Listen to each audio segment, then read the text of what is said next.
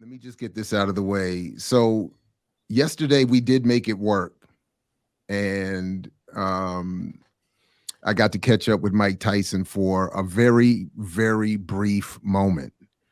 And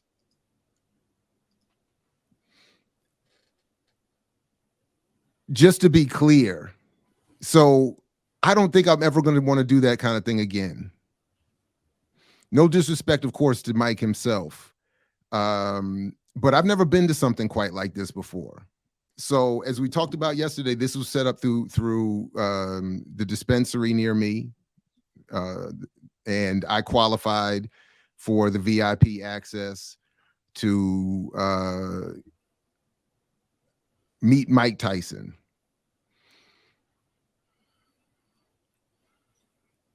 You show up, and immediately it's like it's a different vibe around there because it's the VIP. You got a lot more security. Um, you're ushered into a very specific, like they reorganized the entryway, so you're given a very specific walkway in. You just go right in. I had no idea how this was going to work, so I didn't know what to expect. So I walk in. First of all, I never got the text that they said they were going to send. So I just sort of showed up, and when I got there, I was like, I wasn't sure if he was actually there yet or they were expecting him, because it was clear they were preparing for something. And I got there and I showed my ticket and I said, "Is this still on?" He was like, "Yeah." And then you get walked into the back, and there's again all this security.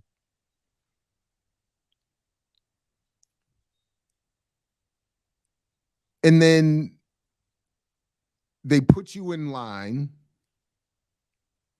take your phone, and nobody's really communicating anything. He's sitting there where you see him in this booth that's roped off. Behind this is, you see this here. This is it.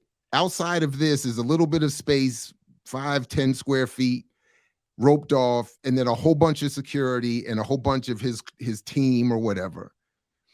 You get put into this little roped area. They take the camera from you, take your phone. You have to open your, you have your phone to the camera. They just start snapping pictures. So I shook his hand and I said, "It's an honor." And then no disrespect to him, but he's like, "Yeah." And then he's just immediately looking for the camera. He's just got he's got his pose. He's. So if I ever thought that there was going to be like, "Oh, I'm gonna get the build, I'm gonna get the chat, I'm gonna get the hangout," people talking about, "We gonna smoke," he's like, "No, none of that is happening. None of that is happening." I was like, okay. So it was clear that I was inappropriately extending the conversation, because I went in for a second dap and quickly laid down the less than an elevator pitch that I and my comrade had put together to try to get Tyson involved with a project involving involving academic work with HBCUs. Let me just leave it at that for now. He's like, what I said, it was different enough that you could see it kind of got his interest. And then he was like, he pointed, he said, "Go to the back." And it's so surreal, right? Go to the back and talk to the sister in the back. That's to talk to the sister back. Yeah. Cool. Thank you very much. It's been an honor. Get up and walk away. First of all, as you see there, I'm 6'2", 210. He's not quite 6 feet tall and probably 220, all muscle.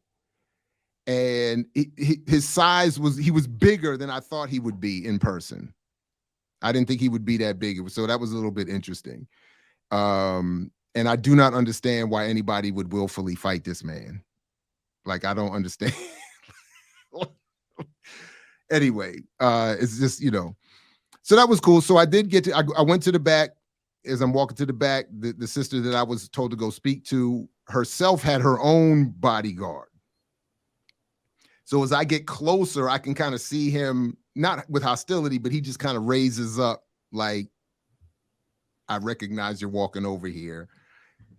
And I said, I made a pitch to Mike, and he said, and by the way, however smooth I'm conveying this right now, I was 100 million times less smooth. I'm never good in those moments. Like when I have to be quick with it, when I'm rushed, I'm not good. So I'm stumbling through it. I'm not being, it was not the way I would have wanted it to go. But when I got to I literally pulled up the text that my buddy had put together for me in terms of what specifically they wanted in terms of this relationship with this project and this work with HBCUs and all this other kind of stuff. And when I read it, it made even more sense than what I quickly rambled off to Tyson himself. The dude and the sister standing next to him perked up even. They were like, oh, okay. His nephew went to Morgan. She turns out she's from Baltimore. Her father or stepfather went to Morgan. We're, HBCUs, that. So in maybe another 90 seconds to 2 minutes, we have this little moment that I think they'll remember. They did give me an email to follow up with. So more importantly than what some were asking, did I get an interview? They can't wait for the interview. No, there's no interview, but maybe there will be one down the line. And maybe even more importantly, there will be some interesting work because Tyson's life and experience and interest dovetails very much with the work being done by some of my colleagues in the local area. So anyway, so that was just it. My quick Tyson story. It was wild. It was wild, at least for me. But anyway, that's exciting. And believe me, no matter how bad you are, I'm worse in those kind of situations. So I definitely understand what you're saying.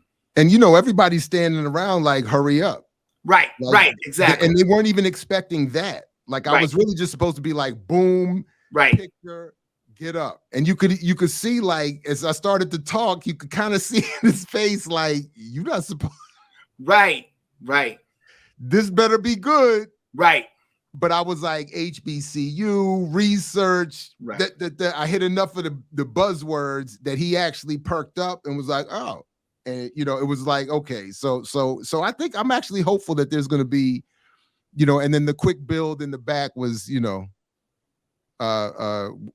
went well. They made it cool. They could have, I was awkward. They made it cool. So shout out to them. You know what I mean? Like it could have been like, get this guy out of here.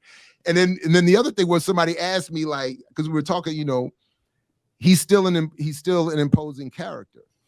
And they, but it was like, somebody in one of the comments on the Instagram said something about was I something about sizing him up or checking it. And yeah, I couldn't help but size him up. And my conclusion was I will lose quickly and brutally. And the problem is, even in person, there's no advantage. There's no advantage. And then he's, but the real issue was, if anything was going to happen that day, yesterday, he wouldn't have had to deal with it. There was so much security. Like he would have, he may have wanted to be the one dealing with it, but so, and I'm thinking that white boy on the plane, that viral video, like, what were you doing? Like, that's not worth it.